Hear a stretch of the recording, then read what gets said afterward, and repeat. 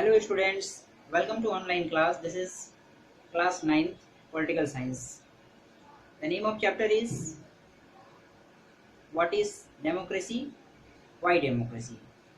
It is chapter number 1. Okay, so today's topic is broader meaning of democracy. What is the broader meaning of democracy? We will discuss in this video. Okay, तो आज हम लोग यहाँ पर देखेंगे topic है broader meaning of democracy. तो ये ब्रॉडर मीनिंग क्या है, डेमोक्रेसी का ब्रॉडर मीनिंग जो है क्या है, किस तरह इसे जो है ब्रॉडर मीनिंग का नाम दिया गया है, इसके बारे में हम लोग आज इस वीडियो में समझेंगे। चलिए देखते हैं बोर्ड पर।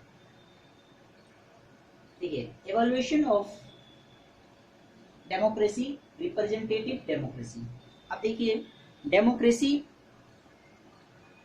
रिप्रेजेंटेटिव डेमोक्रेसी क्या चीज है। देखिए डेमोक्रेसी क्या है, डेमोक्रेसी सबको पता है, जिसे लोकतंत्र कहते हैं। ठीक है, और रिप्रेजेंटेटिव डेमोक्रेसी क्या चीज है, इसका क्या मतलब है रिप्रेजेंटेटिव डेमोक्रेसी का। देखिए रिप्रेजेंटेटिव डेमोक्रेसी एक ऐसा डेमोक्रेसी है जिसमें लोग यानी कि सिटीजन्स, पीपल जो है डेमोक्रेसी में खुद पार्टिसिपेट ना करके अपना एक रिप्रेजेंटेटिव पार्लियामेंट में जो है, पार्लियामेंट में या फिर असेंबली में, स्टेट असेंबली में जो है भेजती है पीपल को इलेक्ट करके। ठीक है, उसे हम रिप्रेजेंटेटिव डेमोक्रेसी कहते हैं। ठीक है, देखिए शुरू से देखिए डेमोक्रेसी का जो स्ट्रक्चर रहा है, जो उसका जो फॉर्मेशन रहा है, जो व्यू रहा है, वो अलग अलग तरीके से जो है रहा है। ठीक है, जैसे जैसे समय चेंज हुआ, पॉपुलेशन बढ़ती चली गई। पहले लोग क्या करते थे, डेमोक्रेसी में डायरेक्ट पार्टिसिपेट करते थे। ठीक है, और डायरेक्ट पार्टिसिपेट करने के बाद वो अपनी बात को डायरेक्ट रख सकते थे।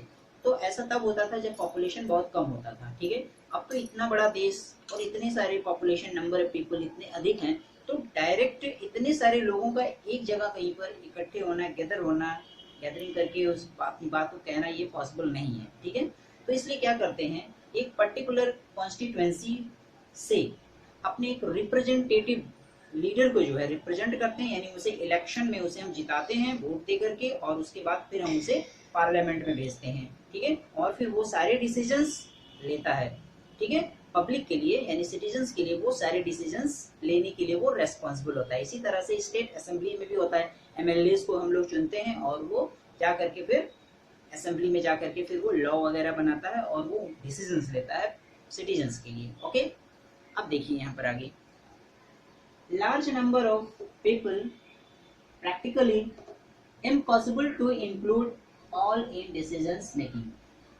तो देखिए इतनी बड़ी पॉपुलेशन है, तो अधिक पॉपुलेशन जो होते हैं वो डिसीजंस लेने में जो है डायरेक्टली तो वो कहीं पार्टिसिपेट नहीं कर सकते हैं, और फिर इतना बड़ा पॉपुलेशन है तो इसलिए क्या करते हैं, वो रिप्रेजेंट अपना एक रिप्रेजेंटेटिव वहां पर भेजते हैं जो कानून बनाता है और डिसीजन लेता है पब्लिक के लिए। ठीक है, यहाँ पर देखिए, people do not have the time, desire और स्किल टू टेक डिसीजन। देखिए रिप्रेजेंटेटिव डेमोक्रेसी का होना यानी कि रिप्रेजेंटेटिव्स को सिटीजन्स रिप्रेजेंटेटिव पार्लियामेंट में और स्टेट असेंबलीज में इसलिए भेजती है क्योंकि देखिए यहाँ पर एक रीजन ये भी है कि हर आदमी के पास जो है स्किल नहीं होता है। देखिए हर आदमी के पास में जो है टाइम भी नहीं, टाइम ना हो, उसके पास वो डिजायर ना हो कि वो पॉलिटिक्स में बहुत ही अच्छा मतलब इंटरेस्ट हो उसके पास में, उसके पास समय हो पॉलिटिकल सिस्टम में समय देने के लिए, काम करने के लिए, और ये भी जरूरी नहीं कि उसके पास बहुत अच्छा स्किल हो कि वो किस तरह से पब्लिक के वेलफेयर के लिए, पब्लिक के इंटरेस्ट में वो जो है काम करे। ठीक है, तो ये सारी चीजें एक व्यक्ति में नहीं भी हो सकता है, ऐसा भी सिचुएशन आता है। तो इसके लिए जो है रिप्रेजेंटेटिव्स हम भेजते हैं, यानी कि रिप्रेजेंटेटिव्स जो हमारा होता है वो ऐसा व्यक्ति होता है जिसके पास में पॉलिटिक्स के लिए टाइम भी होता है, उसके डिजायर भी होती है, और उसमें स्किल भी होता है कि वो एक लीडर की तरह जो है एक अपने रोल को वो प्ले करता है।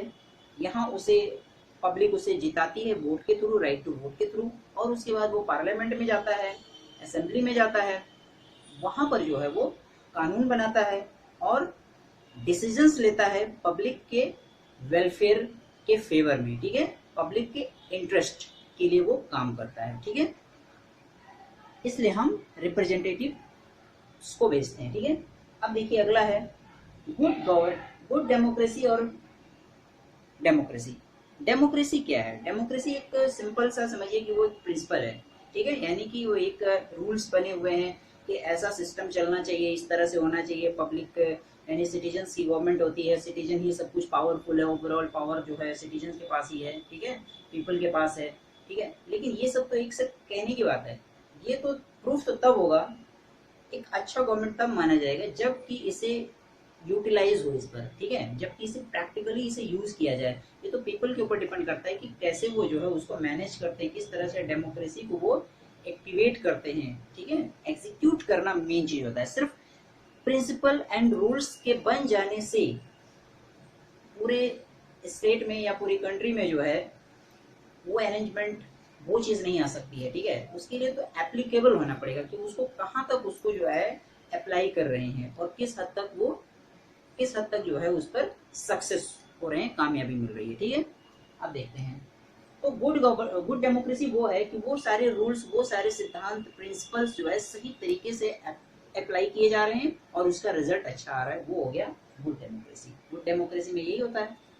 अब देखते हैं, no country is perfect democracy, people make it, ठीक है। अब देखिए यहाँ पर कोई भी कंट्री का जो है डेमोक्रेसी, ऐसा हम कह नहीं सकते कि डेमोक्रेसी जो है हर, अगर किसी कंट्री ने डेमोक्रेसी को फॉलो किया है, डेमोक्रेटिक गवर्नमेंट के रूल्स को फॉलो किया है, तो वो बहुत ही अच्छा है, या democratic form of the government की सबसे अच्छा है। ये तो पीपल के ऊपर डिपेंड करता है कि पीपल उसे कैसा बनाते हैं, ठीक है, पीपल उसे किस तरह से रन कराते हैं उस डेमोक्रेटिक सिस्टम को, उस डेमोक्रेटिक रूल्स को, ये लोगों पर डिपेंड करता है, ठीक है। तो ये सब सारी चीजें थी इस टॉपिक के under, broader meaning of democracy. तो डेमोक्रेसी में हमें ये सब चीज़ों पर ध्यान देना है। तो I hope you have understood this about this topic. So the chapter has been completed, and I hope you all have understood it very nice way. So we will meet you next day with new chapter. Thank you very much.